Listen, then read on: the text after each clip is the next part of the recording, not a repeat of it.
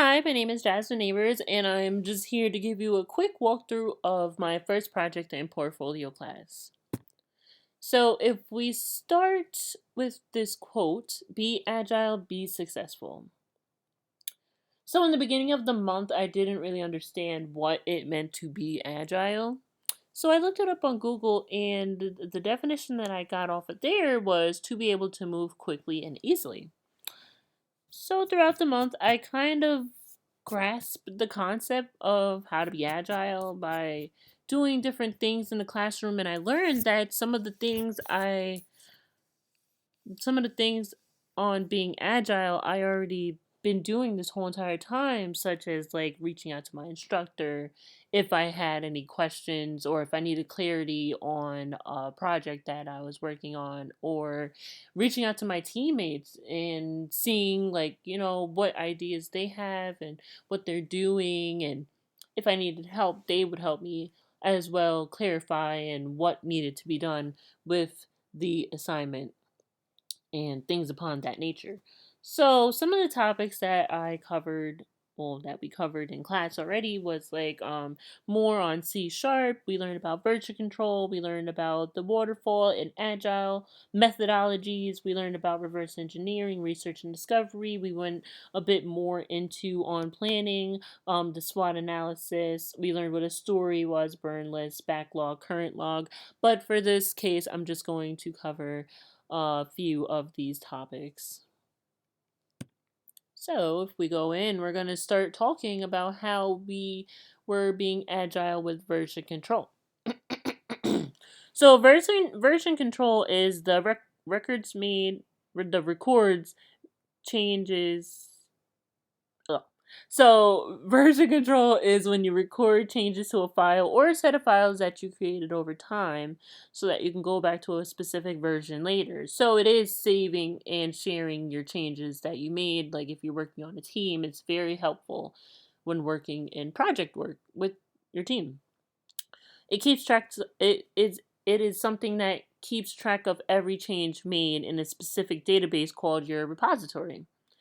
And inside of your repository, you have a little like invisible folder. It's called your Git. And the Git is the actual software that keeps track of your changes that you did with version control. So you don't have to be like a developer or a creator in order to use version control and Git. It can be anybody that's, like I said, working on a team project and they just want to share changes that they have made to the rest of the people in the group. So some of the Git commands that you're gonna hear a lot is git pull, git push, and git commit. So git push is when you're working on something on your computer and you want to put it inside of your repository. Git pull is when, for example, if you're working on your README online on your online repository and you want the changes that you have saved to your repository actually pulled down into your computer. And the git commit is the actual saved change that is stored inside of your repository. So if you take a look here, this is just an example of my repository and some of the commits that I have uploaded and made to Bitbucket. So Bitbucket is a place where you can create repositories and save your changes. So as we're looking at here, this is my README that I have that I created and edited of all the work that I have done to like my projects or things like that. And if you click the commit button over here, these are all my commits that I made throughout the month. Um, as you can see, I made quite a few. And if you look on your left side, it has like the author, which is my name, Jasmine Neighbors, and then it has the commit number. And when you're going to make a push, you actually get to make a message on what changes that you've made so that way you can't forget where you left off at. And on the right side, it has like the date or when you created this commit. So now we're going to go into how we used Agile with C Sharp. So throughout the month, the instructor had us go back into old code that we did in SCI or whatever and tweak it and make it a little bit better. So, when you're working on an assignment, when you're in when you're in SCI, you only know so much, but now that you know everything about, coding and the basic stuff, you can go back in now and make it so much better. And every week our instructor would give us code challenges just to help us, refreshing our code and things of that nature. Because our teacher really wanted us to slow down and um, really brush up on your code and everything. Because we know it's been a while since we've been in our first STI class or our first coding class. So this class really helps us refreshing on that. So this is a screenshot of the project that I was doing. It is the polling code project, but I actually changed the name to the voting application. And if you take a look here, I actually give you a little demonstration of the code. I'm not going to run it because I'm not done, but it's called the voting application. And you start off by asking the user for their name, and I use different variables to store their information, and all my validations were used with a while loop.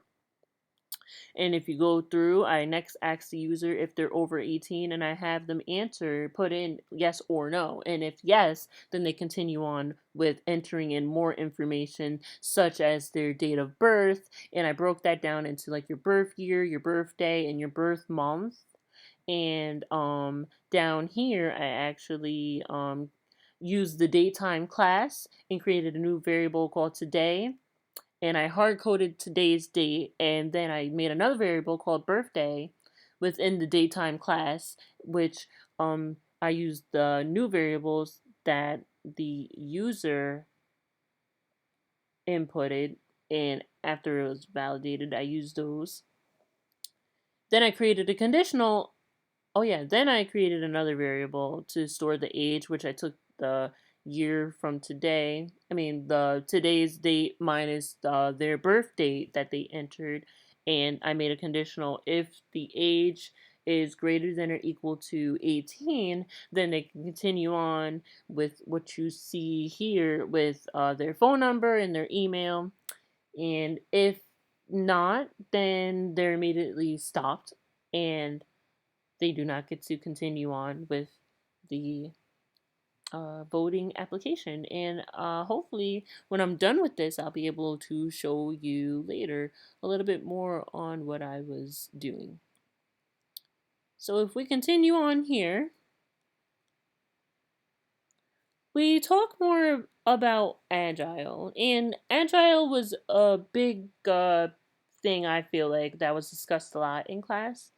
Um, so like I said, the definition of agile basically is being able to interact and talk to a lot of our people that we're dealing with, such as the product owner and our other team members. It's much easier to make changes with the agile process as opposed to like the waterfall process we didn't really touch upon, but I can tell you it's more with documentation and it's not as easy to make changes with the waterfall process because it's more like with documentation and things of that nature. With Agile, we're more with communicating and talking and making sure we're understanding and we're on the right page. Throughout the month, we learned about sprints and the burn list, which is like many to dos within the week. And we actually learned that if you can fit all of your to dos on an index card, that is considered like a sprint or something along that nature. It shouldn't really be a long list or that can turn into an epic because it's going to take you a really long time to do. The stand-ups, a stand-up is basically like when you come together with your team and stuff and you discuss on like you ask the teacher, well, your boss or whoever, they ask you three simple questions. What have you done? What are you doing? What do you plan to do? And is there anything holding you up? And as a group, you discuss those things and you kind of just, that's another way of being agile and just keeping on an update on what you've been doing. Relative estimated time is when you realistically give yourself um